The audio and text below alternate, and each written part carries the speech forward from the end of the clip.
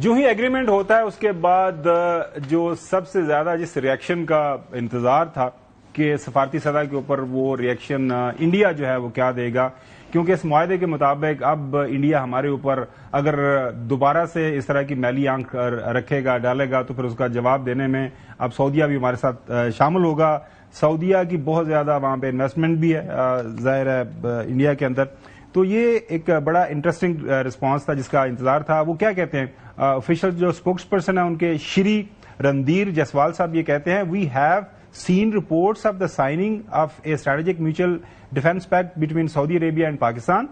The government was aware that this development, which formalizes a long-standing arrangement between the two countries, had been under consideration.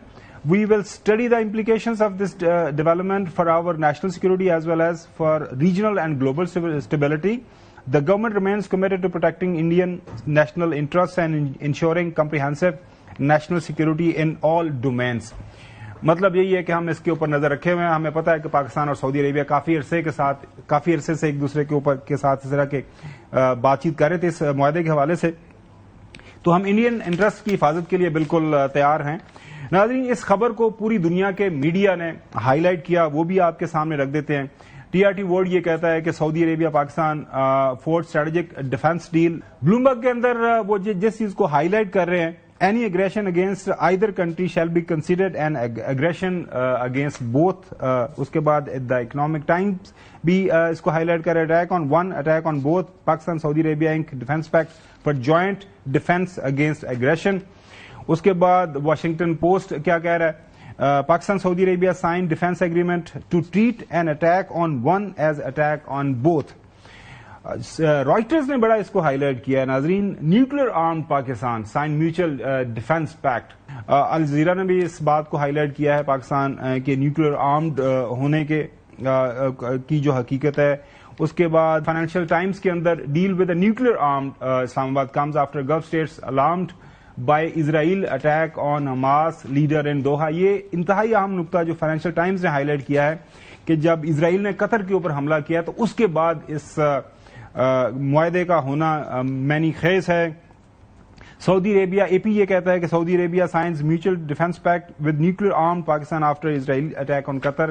یہ جو اسرائیل کا attack قطر ہے اس کے بعد دا guardian یہ کہتا ہے deal with nuclear arm Pakistan comes as Gulf states worry about US reliability while Saudi official says pact is not responding to specific events.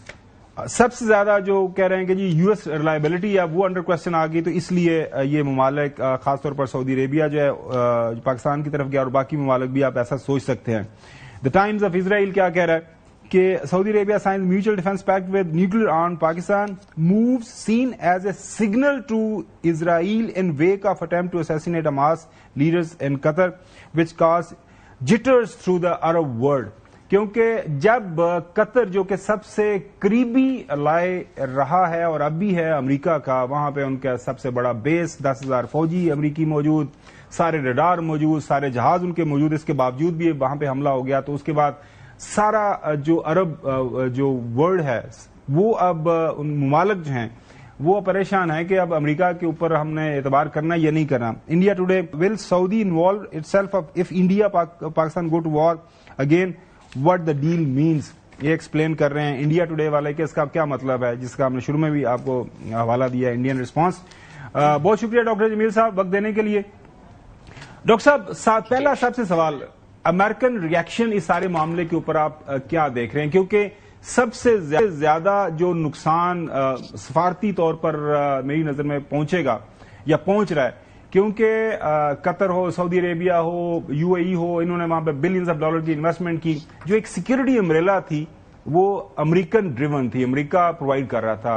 اس کے اوپر جب شک ہوا، قطر بیک سٹیپ ہو گیا، تو اس کے بعد سارے ادھر چلے گئے.